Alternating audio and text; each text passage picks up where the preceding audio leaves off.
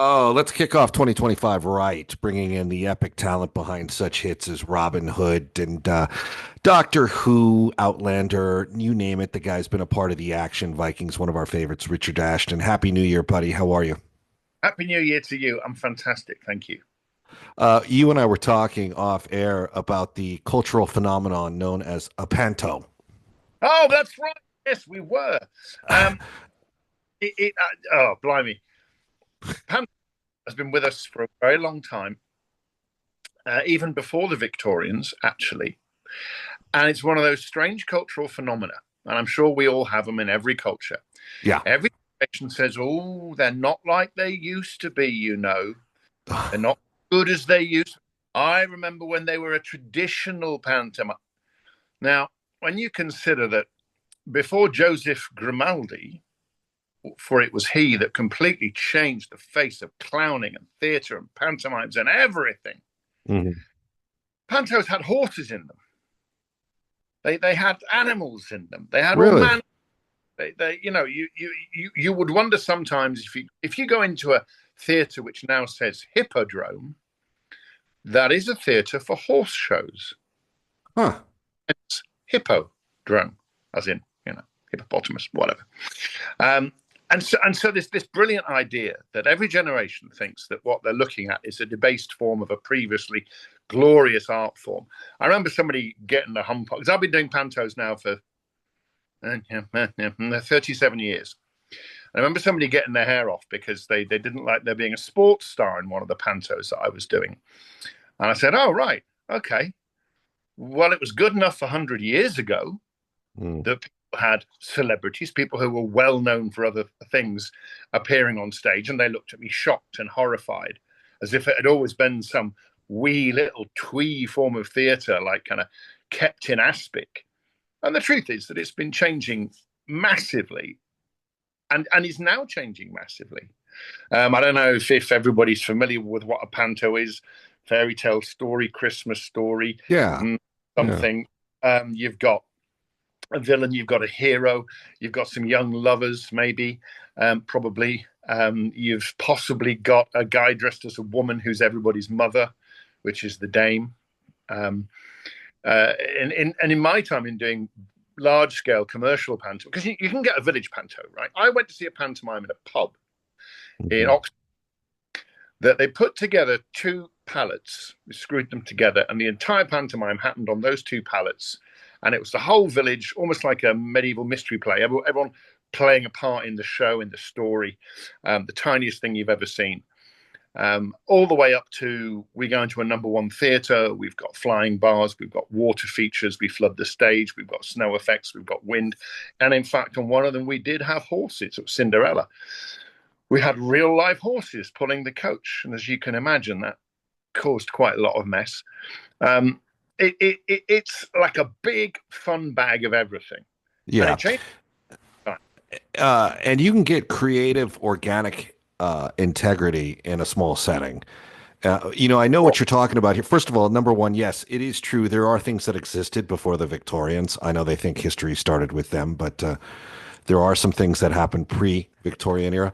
But also, I've seen this, I've been tracking this for a while. Some of my friends in America go to England and do it. But Brian Wheeler from Return of the Jedi and Oh, Copen, they're in like the same one for yeah, like 25, 30 years they've been doing it. Like Snow White and the Seven Dwarfs. that's right. Um, Yeah, yeah. and Which and you again, see it. What's show that? which problems. Some people are very uncomfortable with people with restricted growth in that show. I know a lot of people in the business who look forward to that show because it's a very nice job to do and everyone has a great time and they're fantastic. Um, and there you go. And those are good characters. Well, Those they are good are. characters. And it's well written. You see, here's the Yeah. thing, though. A lot of people that I know, obviously like Jimmy V, although I don't think Jimmy does panto anymore, but all kinds of people that you'd know from science fiction franchises, from TV, who are also very well-rounded actors who can do, all kinds of stuff. And so if the drawers are written well, they can have a great time. It's Right. fantastic.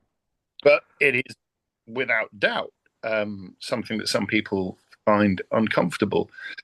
That's a societal question, I think. No one ever Yeah. finds it comfortable when I play giant. and I put on artificial legs and become 9 feet tall, which I've done several times. Uh, Aren't that's you fine. already close to 9 feet tall? Pretty I'm tall only, guy. I was 6'7" before age, infirmity, and weight Yeah. pulled me. Well, Brian Wheeler's an excellent actor, and he's got a great sense of humor about things too. And I think he can recognize within the part. I don't know very many actors who will disrespect themselves, and I think he's got a high level of integrity. So, and he was probably the greatest Jawa, if not the greatest Jawa and Ewok combo in film history. But I think like a lot of people who um, may be sensitive to these things, or for some reason are sensitive to these things.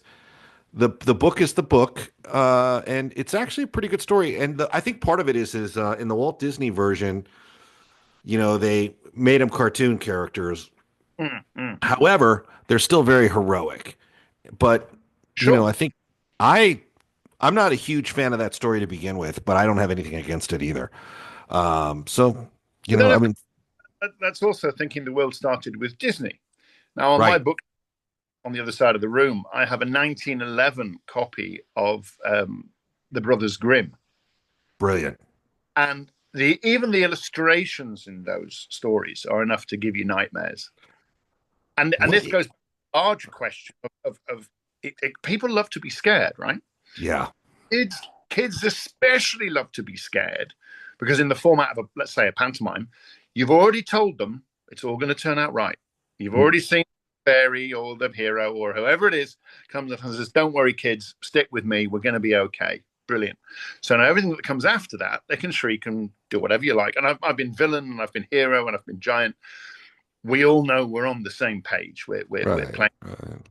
I used to do as you might imagine, I used to do Little John in Robin Hood and Babes in the Wood, which was actually used to be two separate pantos. In latter days, it became one. And then people objected to that because it has a scene in it where the two comedy robbers who actually are murderers, they're going to murder the twins in a sort of Richard III kind of way. They goof it all up and they run off, and it's very funny. But the kids get left in the forest in Mm. the and on this, I mean, the one several times I've done a giant stage, pitch black. These two tiny, genuine little kids doing their cute little dialogue and being very sweet and fantastic actors. And the scene goes dark, and the little red eyes appear all over the stage with the Smart. intimation that these are like wild animals going to tear them Smart way apart. to smart way to do that, actually. And of course, as the cloth bleeds through, because we love a bleed through cloth, the gauze gets bled through. What we see, it's the local juvenile chorus of little kids in cute, fluffy animal costumes, and they've come to look after the babes and keep them warm. And then they drop leaves on them, and that keeps them that's marvelous, and they're lovely, and they survive. And then Robin and the guys come and Marion and the nurse and Little John come and find them and rescue them. And some people don't like that level of jeopardy for the children. Yeah. It's a matter of taste. It's just a matter of taste. How it's done. I mean, Yeah. the master. I'm very very very lucky because I got to be in a company with a gentleman called Roy Hudd, who was our great music hall aficionado and lover of pantomime. Jeff Hughes was his comic, who's TV comedy actor par Hmm. excellence. But we also had, and this is where the whole history thing comes in, a guy called Jack Tripp. Now Jack played a Victorian schoolmarm dame. This is not a guy in rock, right? This is not like a bloke with a beard and fake tits. This is absolutely a kind of character out of the Victorian schoolroom. And Jack was the acolyte and sort of protege of a character called Doggy Bing. Mm. We're back to about 1830. Okay. So I'm on stage and I'm doing the routine because they're routines and you have to get it right. It's like who's on first base. Don't fuck it up. Just do as it is. And the rhythms and the cadences and the routines that we're doing are something that Jack had learnt, now 100 and something years ago. And you know what? This still works. Yeah. And It the does less still work. you so everything needs adjusting, right? Everything. I mean, I don't know if we'll get on to talk about it, but my 10 years, 12 years living in LA, I was trying to find a way to do a Los Angeles pantomime, either drawing on Hispanic culture, on I don't know, Day of the Dead, Mardi Gras. So Day of the Dead's good.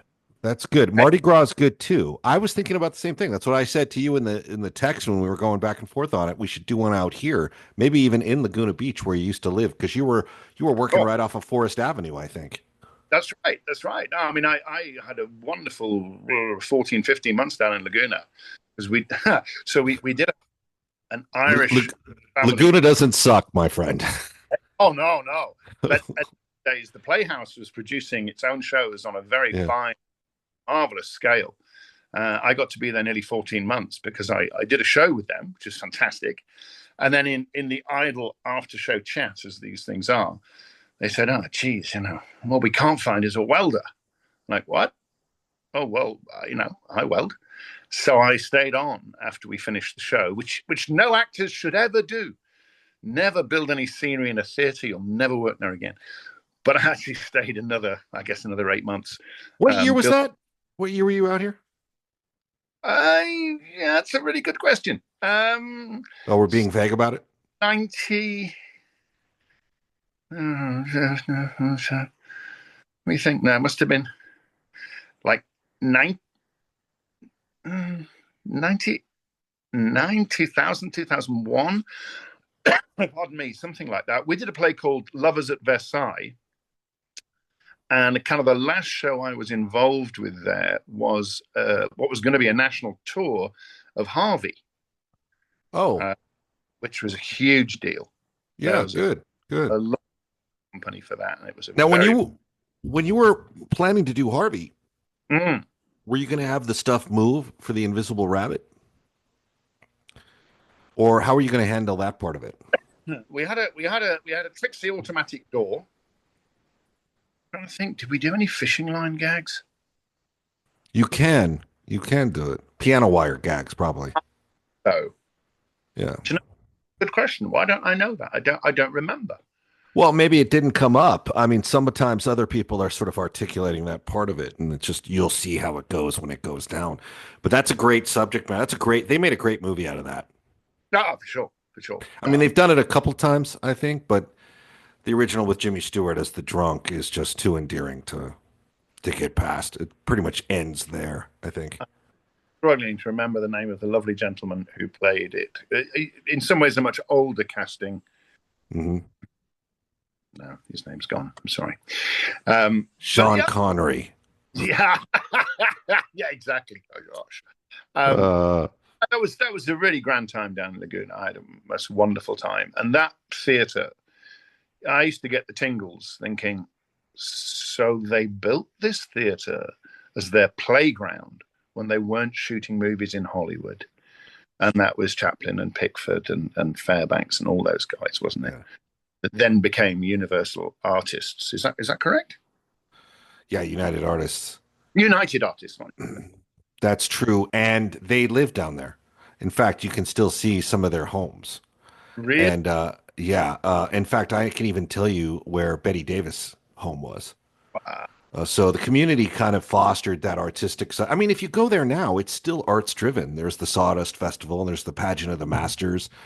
There's these real intrepid artist driven events. And the Playhouse is one of those landmarks. We were just down there for something where the entire neighborhood was closed off for some street Oh, sure. show. But So the regular gallery walk, you can go and get free wine and cheese and go and look at yeah, people.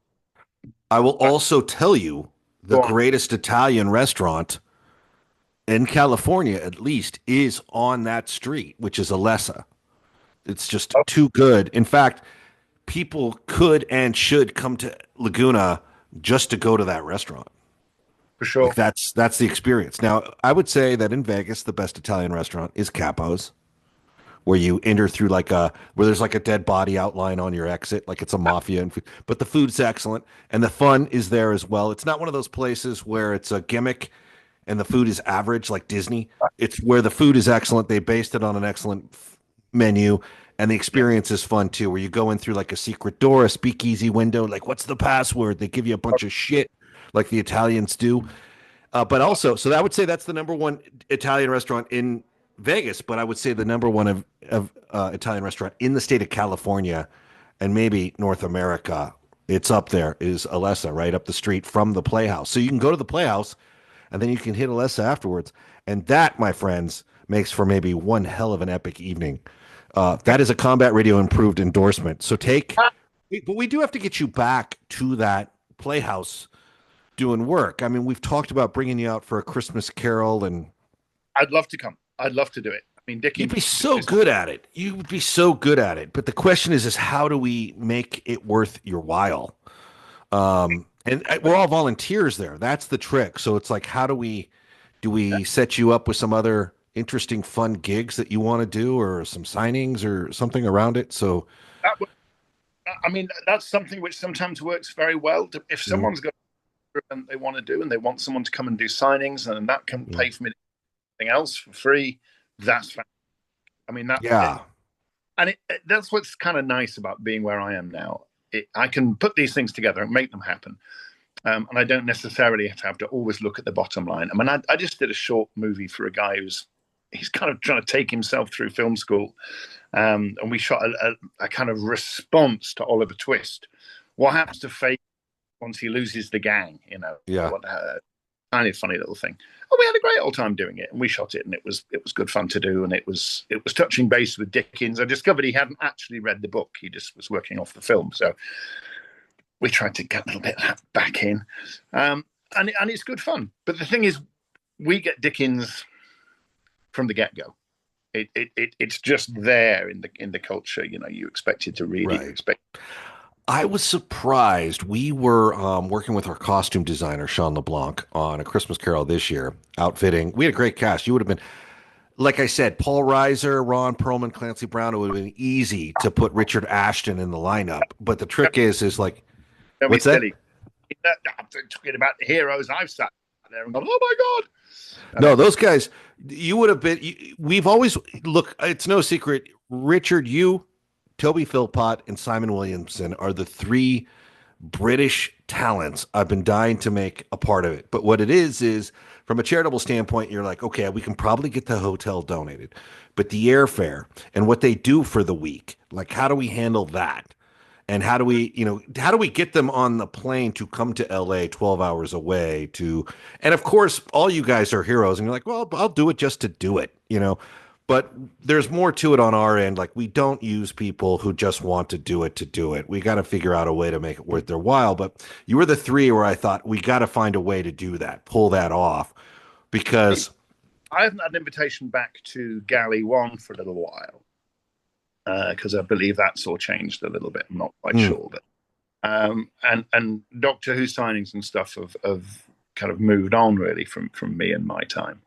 But there's uh, always, you know. Um, well, I think the comic book shops here on the West Coast would love to have your presence, especially for Doctor Who, Outlander, Vikings. They would love it. I think it's an untapped market for you. But LeBlanc and I were talking about the Scrooge and how oh, that takes place roughly like 1848, he said, somewhere in there, which is pre-Civil War, which is kind of hard for us to interpret. I felt like it was more like in the Sherlock Holmes days, like late, but it's no, not.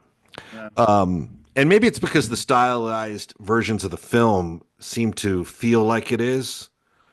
But I also think, I think right. I think they lean towards the mid-Victorian because that's a comfortable visual reference.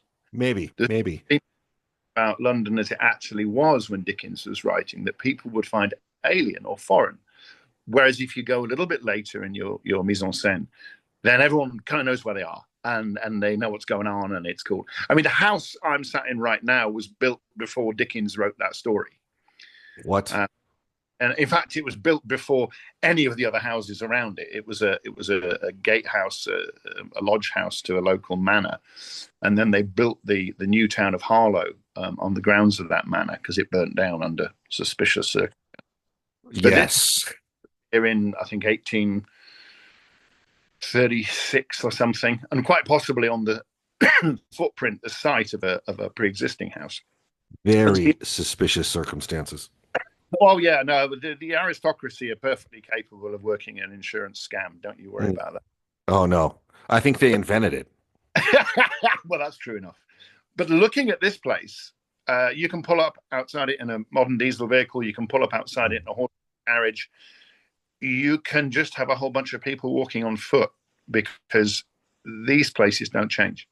Yeah, I changed the timeline a little bit. I for some reason I always thought that A Christmas Carol and Dracula take place in the same universe.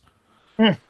You know, Right? so Yeah. I homage a lot of these things in subtle ways, just as like an inspired fan move, just to see if the audience. And I don't even know if the audience picks up on some of it, but we actually even we flew in a Dracula tombstone, and I'm using fly in as the production design term, not that we put it on a plane. We threw in a Dracula tombstone at one point for the cemetery in the Dickens Christmas Carol for our stage. And Why not? yeah, why not? Exactly. Why not? Dracula, anytime you can work in Dracula. By the way, Go have you seen the new Nosferatu movie yet? No, I haven't yet. No, I haven't either, but I'm looking no. forward to hearing your take on it. I must go see it. Funnily enough, for other reasons about something else I'm working on, I just reviewed a lot of The Hammer. Oh, Before that, I worked my way through, Bela Lugosi, but the one I can't get my hands on unless I spend a large amount of money is the Spanish language version that was shot on the same set as Bela Lugosi I may at the have same. it. I may, Oh, if I have it, I'll check and I'll send it to you. an amazing movie, and Yeah, kind of okay. So Bela Lugosi created this vision of Dracula that we now know, right. whereas book, he looks a lot more like a Nosferatu, which is why they sued him for Nosferatu because of breach of copyright. Hmm. He got that out before Universal got out Bela Lugosi's version. But I'd love to see the version because apparently it's more lyrical. So, of the Hammer films, do you have a favorite? It's tricky, isn't it? You see, there's people who talk about canon. Um, I adore the first because it's not as obvious as everybody thinks it is. It's actually a new story. It's not. It's not the story of Hmm. Lucy's story. And Not didn't the. you work with Christopher Lee? I did. I Yeah. did. And I had the great pleasure in another conversation with Christopher saying to me, "Well, of course, I've died before." And I don't know what to say. And the man unbuttons his shirt and shows me his open heart surgery scars, for which I laughed enormously. And his wife was just shrieking with laughter in the kitchen because apparently it's a gag he used to pull on people. Yeah. Um, and he had a lot of respect for Dracula. He probably preferred his Rasputin to his Dracula, really. But if you look at those Hammer films, eventually, I mean, one of them he doesn't even speak because I guess he just said, "Nah, I'll come, I'll do it, but you're not getting me to say this rubbish," because it did get a bit strange and thin at one point. Um, and then of course it flipped into Johnny Alucard and Dracula AD 1972, which I love. But that's a Yeah. different kind of movie. We've moved on now. I mean, there's Legend of the Seven Golden Vampires. That's when you add Well, kung fu thing erroneously, it's difficult. I should know that from my experience on Robin Hood. Hong Kong kung fu and Robin Hood not necessarily a good mix, and ditto with Dracula. I think. it can be. It just depends how you go about it. I think you have to plan ahead of time. You For can't sure. you can't add it just like adding more sand and cement and hoping you No, get. you have to map out a road to it that's Yeah, plausible, but you can do it and it can be interesting, although it requires artistic patience that I don't think every writer and showrunner wants to demonstrate. But getting back to Hammer, you got to admire the fact that they would get it done. Hammer would find a way to get it done, to get it done. We don't have Christopher Lee. We don't have the sets. Shoot outside in the suburb. well, He died in he's the time traveled. well, yeah, they do, but they shot there on the back lot at Pinewood, which was just a pine plantation, very similar to the pine plantation behind the Kino studio in Vilnius. But they also did that thing of shooting back to backs as well, didn't they? Mhm. And reuse sets and shoot continuously. So they'd shoot two movies like, oh, there was a zombie movie and the reptile, I think they shot together. Yeah. So Get the run. people get the cameras moving, throw the actors past the camera, get the editor to make some sense of it. So Run Run Shaw of the Shaw brothers told me an interesting story. He was one of the producers on Blade Runner, oddly enough. But he said in his workings, they based their production schedule around the set in a sense, not like the Americans or Brits do, but that they would shoot several movies on the same location, several scenes in a day or in a week. And just like the actors would change, like they had their stock companies ready to go. So they'd be in the Hong Kong marketplace or whatever and be like, okay, we're going to shoot seven Venoms now from now until 4 and 4 o'clock. We're going to start set up for the night shot of Avenging Eagle, whatever it was. And hearing him discuss it was really interesting, actually. And it just goes to show you that these people get into their working practices, and that's what they stick with. That's what they know works, and that's what they Bible around, so to speak. Well, So it's interesting. that phrase, isn't it, which says, make your limitation your advantage. Of Make, course, yeah, you should. make your sort of forced situation your opportunity. Yeah, And adapt to it. Adapt to it. kind of glib until you see somebody do it and go, oh, okay. You know, let's shoot a movie on the set of The Magnificent Ambersons with such narrow and forced lighting. We invent film noir. Because what was the movie that was shot on The Magnificent Ambersons? Was Well, they it? did several. That was an RKO set. So they also did. Val Lewton used it several times too, in his as he sort of gave his retooling of like horror in competition with the Universal Monster Machine, and he did like cat people. He shot cat people on it. He probably used it 4 or 5 times. But yeah, the Ambersons set.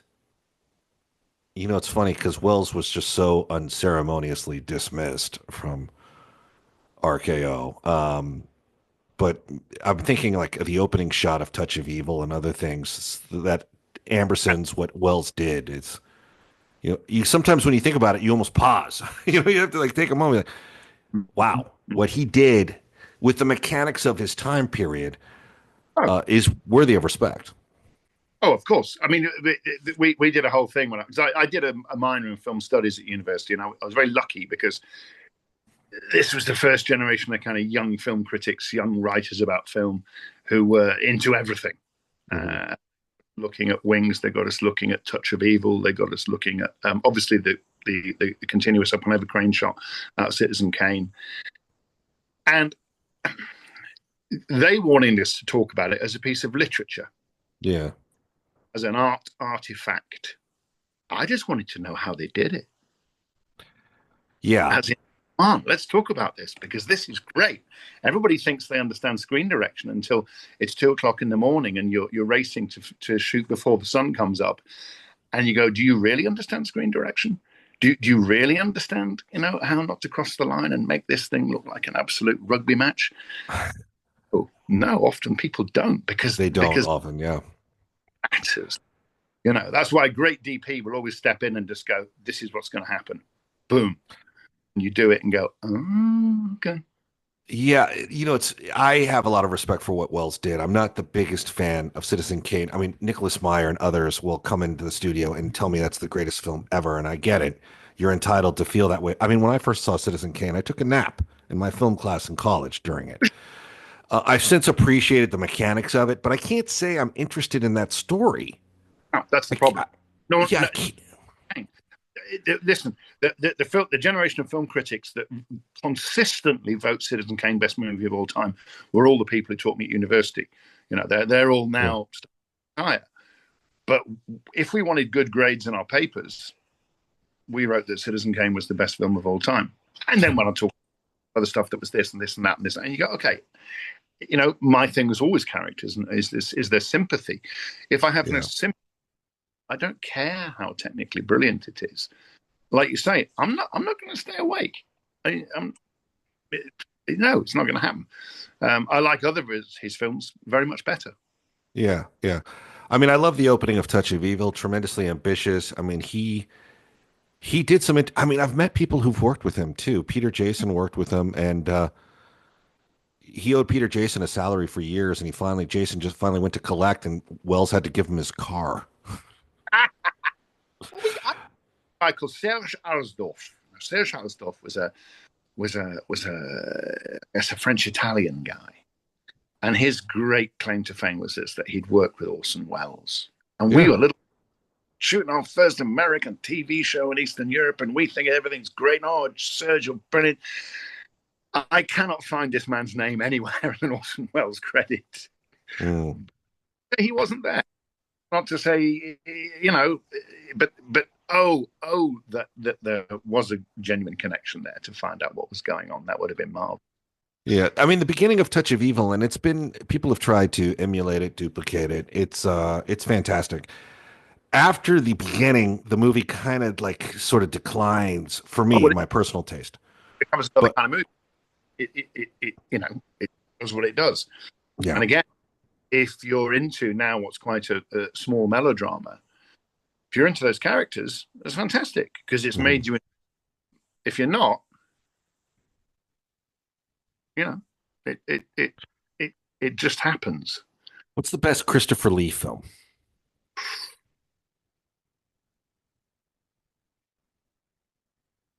Well, he often said that he liked the Wicker Man best, but I don't know whether I'd say it was his best. What was I just watching? Quite a minor Hammer film with him and Peter Cushing. Let me guess. Horror Express. Was it the one where they're on the train going through Siberia It could have been Horror Express, and with the Rasputin character? that's right. He plays the Mad Monk And character. that's basically people say. I mean, I don't know the full lore of the film, and I'm going to get shamed in the comments discussing it even. But over coffee, like we tend to talk now, is it? Some people said that that's loosely inspired by Who Goes There by Campbell, or which became The Thing, or that was some sort of.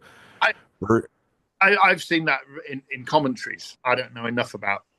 I don't know enough about it either, but I mean, look, I think the movie is interesting. I can't say it's a good film, but it's a fun film.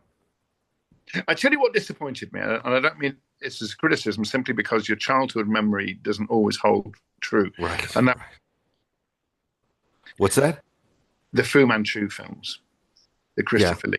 Yeah. And I think it's because when I was younger, oh my god, it's amazing. He basically did a one-shot full frontal character that made you believe there was this whole world going on behind him. Now you watch it with adult eyes and you can see the production dropping apart in the shot behind him. You can see them hiding the fact there is no set. You see them hiding the fact that actually there is no storyline. There is just him with makeup that would not be acceptable today, telling us that the world will hear from him again. That was a shame. I bought all of those and then put them immediately back on eBay. Uh, Well, yes, but what you do get from those films is the constant professionalism of Lee, yeah, yeah. where he clearly resented the production value and budgets sometimes that surrounded him, but he never let it affect his part in the job, Yeah. which is admirable. I think I've said this to you before, but excuse me for repeating myself. But in the stairwell of the Actors Audition Resource Centre in the centre of town off Leicester Square, Spotlight, in the stairwell, they've got various sort of cartoons, cameos of people with quotations from them underneath. And the one underneath him is, "It is every actor's lot to be in some terrible movies. The trick is not to be terrible in them." And that, He meant it. yeah. He very rude things about our Robin Hood, which is fair enough. But I never saw him phone it in, dial it in, not be present. He gave you a huge. If you were used to working with an actor of such massive presence, he gave you a huge amount to work off of. He loved his job in this. He had his own roots, which probably made acting a godsend. We know some of his backstory. But I'm thinking of like The Wicker Man, a movie people should see, and just wondering what the set was like with Lee and Edward Woodward together. Well, okay. Here's a little insight into that. We had a wonderful Scottish actor who plays James's wife in Ramsay Nesbitt, Barbara Rafferty. Now, Barbara was the woman in churchyard nursing, breastfeeding the baby, holding an egg in her hand. Mm-hmm.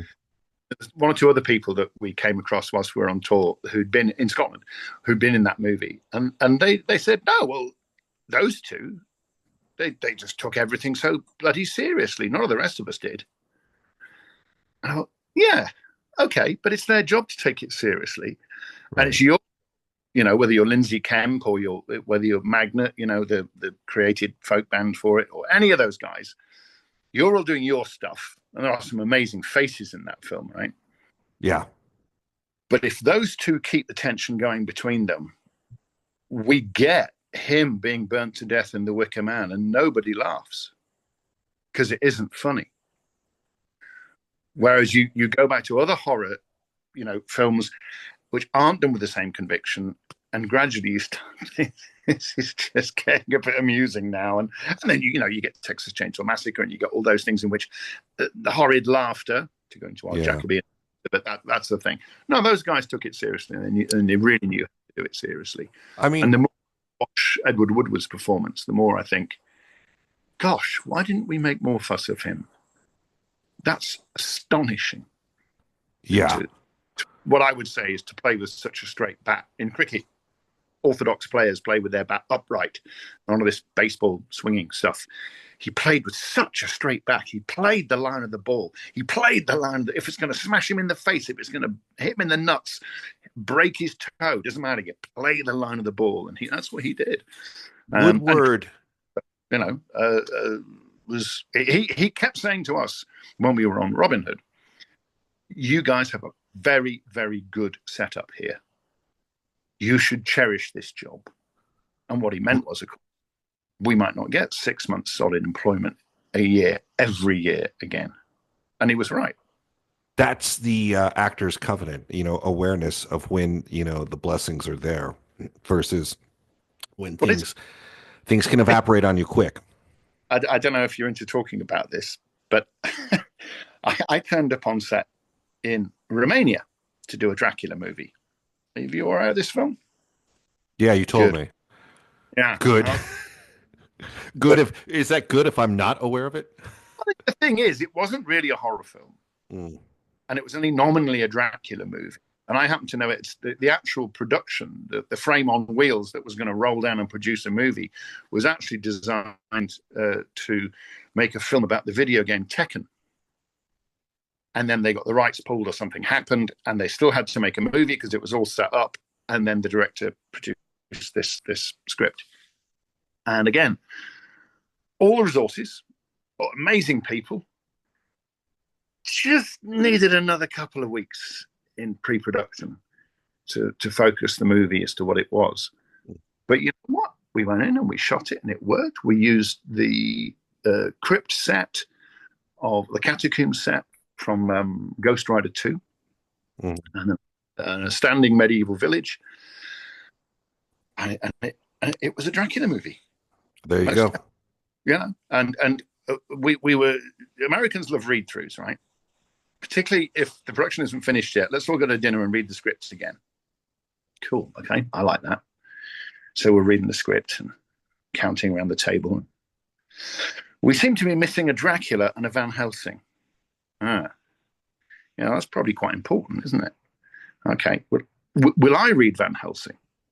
Yeah. Why not? Yeah. So for a day and a half, I was reading Van Helsing. And then the real Van Helsing turned up, which was John Voight. Okay. Yeah, because that was the deal, and that's how it'd been set up. Now, he turned up. Absolutely. 100%. I'm going to shoot this movie. This is how we're going to do it. This is how I'm going to do it. Fully committed, full energy. Don't think he was with us for more than about 8 days, I guess. But to say that the material wasn't as strong as it could have been, and he has his political opinions and I have mine, which are very different, but we got on just great. And he was extremely, kind and generous to people. But the energy he brought was phenomenal. Yeah. And he said to me as he left, because we got quite a few days left to shoot, he said, don't let it drop. Don't let it drop. Keep just, whatever the sporting metaphor is that suits your country of origin, keep it going. And I thought, yeah, I'll take that. I mean, and what's that made any friends anywhere, but it's certainly got to the end. You know, What's that movie called? it depends where you are. I think it's either called The Dark Prince or Dracula the Dark Prince or something like that. Okay. But there are a few movies called that around or something of those natures. I guess it went out on video, I suppose. Well, Don't know. I'll be interested to see it. And we know about Christopher Lee and his ethical approach to the work, but what I will say about Woodward, going back to the Wicker Man, is uh, Wicker Man aside, Woodward gave us one of the greatest performances in one of the greatest films of all time, which was Breaker Morant. Oh, for sure. Shoot straight, you bastards! Incredible. From Yeah. start to finish. Incredible. Now that's a And heartbreak. That is a heartbreaking movie, and that's where the emotional tone, the design, the pacing of it, everything is so taut. mhm. No, they knew where they were going. I mean, You know, I'm almost scared to watch it. Actually, oh, I can't watch it enough. I mean, the cinematic decisions in it, the cinematography approach, just the overall, the editorial, the way the movie unfolds, the way they go back through the court case and through flashbacks, and the way all of that is done, and just the performances from top to bottom of everybody in. And there are some Hammer veterans in the cast. very much so. Yeah. Yeah. And it's just one of the all-time great, I great films. think they did. What's that? Did they shoot it in South Africa? I don't know. I don't know. To me, it feels like they shot it in South Africa, but they may have very well used Australia for it. Because they had Um, in thing him Brian Brown. No, Brian Brown's in it. It's a great cast, man. It's just an incredible group of people, and from start to finish, it's just absolutely like it's an example of a perfect film in terms of what its storytelling is, what its caliber is. It's just unbelievable. Still to this day, and it's what almost 50 years old. must be at least. Yeah, I mean that's what led to them casting Woodward in The Equalizer here in the States was Oh, Carlton Eastlake, the producer on that, was in studio and he said we wanted Edward Woodward because we'd seen him in Breaker Morant and we were all blown away. So we said hit him, but we didn't realize that Breaker Morant was a few years before and that Woodward played younger in it. So when yeah. Woodward showed up, he was an older guy, and they had to change their approach to Equalizer and make him more like a Michael Myers type who walks after people instead of being this high octane John Wick type, which is what the original approach was going to be. Oh, That the go on. Equalizer, yeah, the Equalizer was going to be like a lot more action based, Oh, but you can't say no to Woodward's presence if you can get no, him. You know, no, no. Well, funnily enough, to us, it felt like a type because it was much more like John Steed in the Avengers. hmm Um, or that I mean the idea of the enormous calm. I know what's going to happen here. yeah, You don't. I do. Um, oh, how and funny! And just the idea that you could place a phone call and the machine would be like, listen, if you need some special services based about my particular talent, that it's like so funny to reflect on it now. But at the time, I remember thinking like, this is the greatest show we've ever seen. This guy, who would not want to be able to dial that number and be like, I will come and settle it for you immediately. But Woodward was a rare talent, also a very good Ghost of Christmas present opposite George C. Scott Oh yes, in oh, that version of A Christmas Carol and a with great a great what? singer when he sings that Yes. song. Man, I was watching one of his kids. I only worked with one of the sons in a As You Like It production, but because they had their own touring company that went for a long time, but Kate O'Mara was also in. But they were saying in an interview I watched that he was a man who sang through his life. He had a great voice, but he was also innately musical. Yeah. He sang his days, which is kind of fun. Unreal. Equalizer, isn't it? I mean, Yeah. If anything, if you could take anything away from today's discussion, it's one, see Richard's Dracula film. no, Uh, but no. two, see Breaker Morant, and then maybe go through the Christopher Lee arsenal and see what gets your Well, attention. That'll be a fun afternoon. 250 movies to look at. Now, in some of them, he is almost an uncredited presence, but in others, obviously, I mean, He was also a Bond villain. He was a Bond villain and a Star Wars villain. yeah. But when I worked with him, he hadn't done Star Wars, he hadn't done Lord of the Rings. Mm. He came to us because, frankly, it was a job, and he wasn't making any bones about it. He just turned up and did it. He renewed his acquaintance with Jeffrey Bayldon, who you will see Jeffrey in a whole number of Amicus and Hammer productions, and also with Sidney Poitier in the school teacher one. What's it called? To Serve with Love. Thank you. I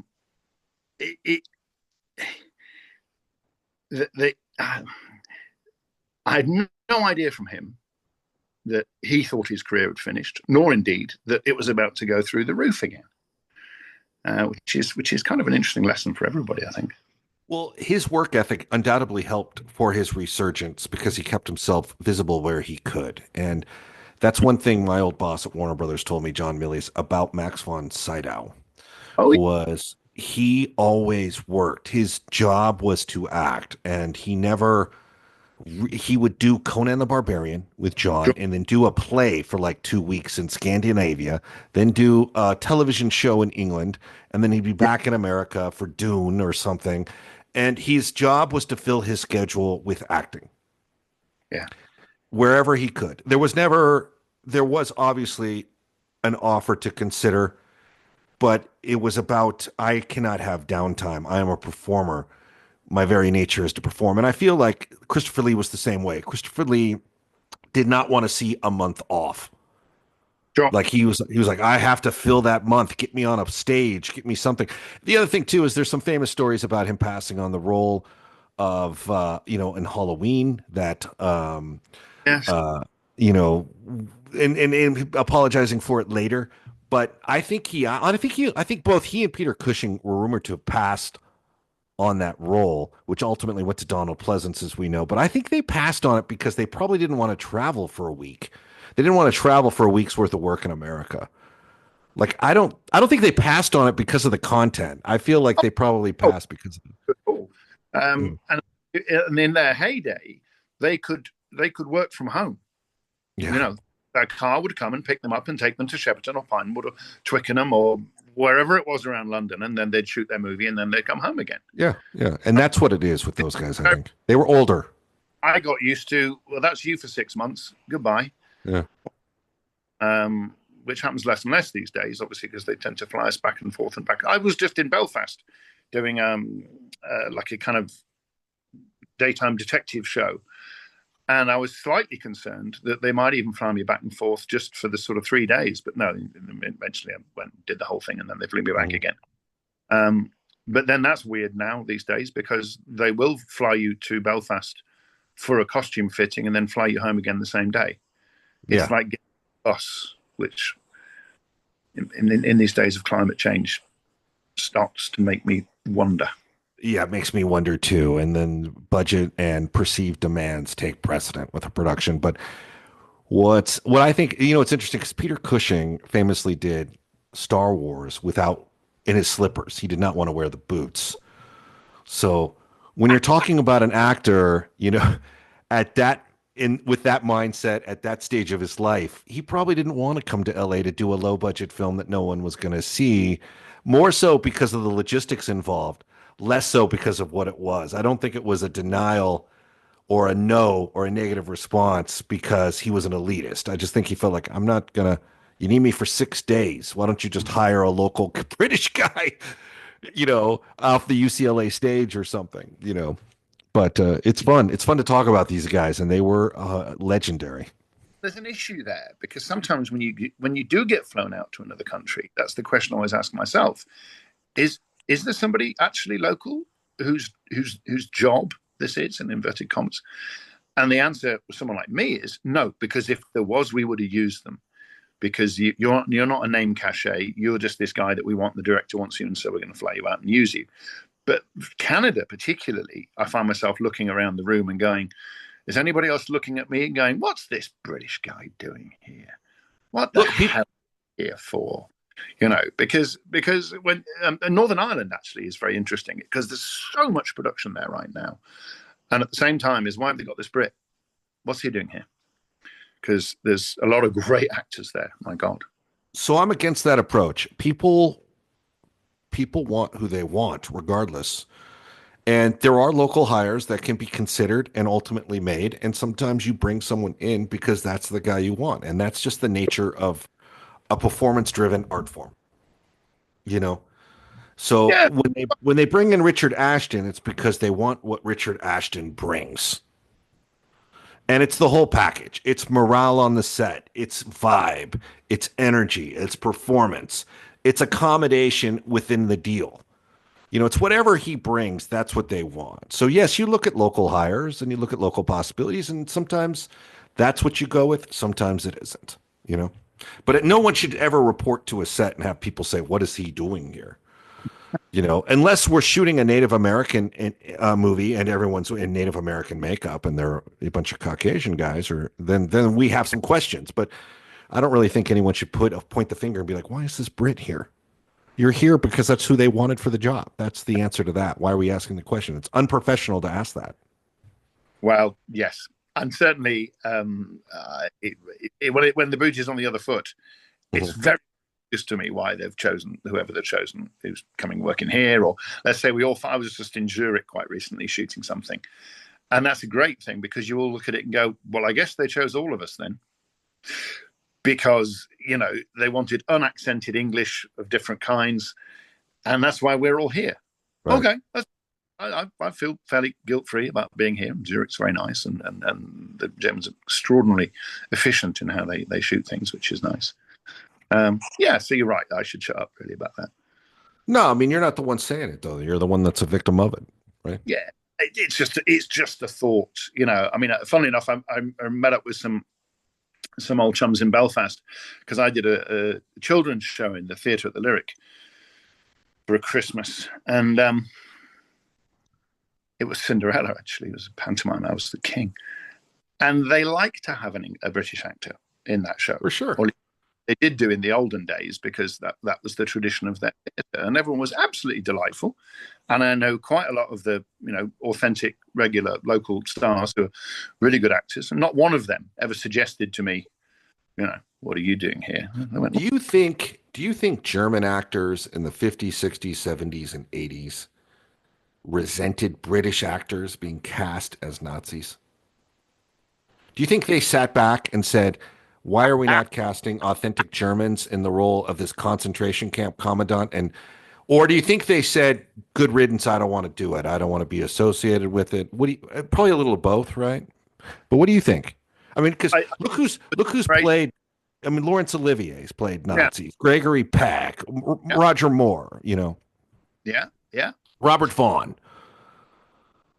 A lot of non-German nationalities have played German commanders or Nazi commandants, or And what do you think their thinking was collectively on that? Like, why are the British getting all our work? I th- I can also there's a number of issues.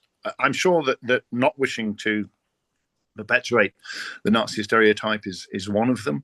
I know that their education system was very much suppressing any kind of images of that kind of thing. A good friend of mine, good actor, went to high school in Germany and said that they were, educated the other way.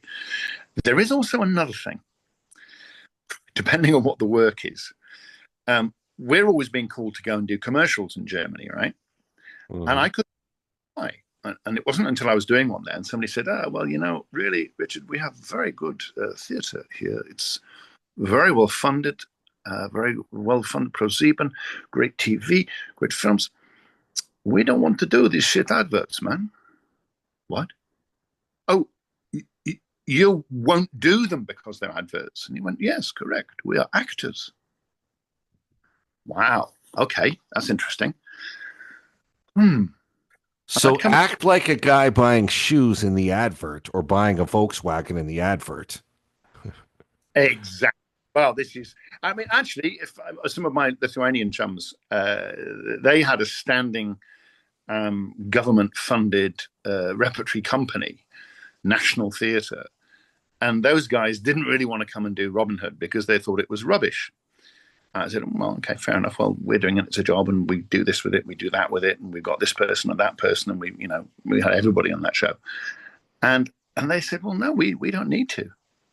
Yeah, but there's only 15 of you in the whole country, you know. You know, And now, of course, it's that the world has changed. Some of my old pals on that are now the biggest producers in Lithuania, and they're making great movies. And I would never hear a young actor say that. But I think, yeah, no, you may not need to, you may not want to, and that's a decision you make for yourself. But the criticism of others' decision making while trying to make a mortgage payment is just starting to reach an unreal level. And I just feel like, okay, you don't want to do the commercial? Don't do the commercial, but don't be condescending to the person that does. well, I think you hit on a point there. And now, once we all got subsumed into Western economics, and all of a sudden money did count and does count, then there's a much greater respect, I think, for just you turn up and you do the job, Right. As well as you can. And as a lovely actor who we had on Robin Hood, a guy called John Turner, was very fond of saying, and if he noticed that you'd bothered to find out something about someone you were working with to understand who they were and where they'd been and what they'd done, and he said, oh good, oh good, oh good, good. I do like it when you found out with whom you were having the pleasure. Which, what he meant by that, of course, was show respect, find out who people. They might be playing the barkeep with 3 lines, but they might have been at the National Theatre in 1970. For sure. They might have been. Who knows? And particularly in this, always find out with whom you're having the pleasure, and it is astonishing. The great thing about our business is it recreates world after world with different participants from different places, and they take on new roles, breathe new life into new characters, and their histories are there for those that have the class to reach out and discover them. But it's always, it's a new set of circumstances each time. And honestly, people should embrace what people rise up and challenge themselves with rather than criticize it. And also take those challenges according to your own lights and the one thing I learned in Los Angeles: celebrate other people's success. Genuine. Be glad for people when they've had something good happen to them or found a nice job, or particularly when they've been really good in something. Yeah. Because if you can celebrate that, then it's a place that everybody can get to and reach. And on that note, I'd just like to go hurrah, hurrah, because I think it was it last week, the week before, my brother won a BAFTA. Congratulations. As an animator. He animates the clangers. Do you know what the clangers are? I do now. Hey, little space mice that live on like the moon, and they talk in whistles, and they're a huge cultural icon here. But our kid's been an animator, 3D stop motion animator his entire working life. He's 5 years older than me, and he finally got himself a BAFTA, which I'm very big. And that, my friends, is a good place to end this, is with a successful story like that. Richard Ashton, our favorite, one of our favorites, legend, kicking off 2025 with us with a great, lots to take away from this. Respect for your peers, respect for some of the artists who gave us so much work prior to this. Hang tight for a second, buddy, but I'm going to give you the last word, and I want to talk to you off air for a second. What does the world need to be aware of when it comes to the Richard Ashton machine? Oh, look out for me next. Trying my hardest, trying to poke my head up. Might be in Malta next year. That'll be really cool. Great new series produced by my friend Dan Cole, and everything else. But most of all, take care of each other and have a great 2025. Indeed. All right, my friend, stay safe till the next time, buddy. We miss you. Hello, my name is Simon Williamson. Help us find a cure for NMOSD, neuromyelitis optica spectrum disorder, and with it, cancer. Please go to the Guthrie Jackson Foundation and donate if you can.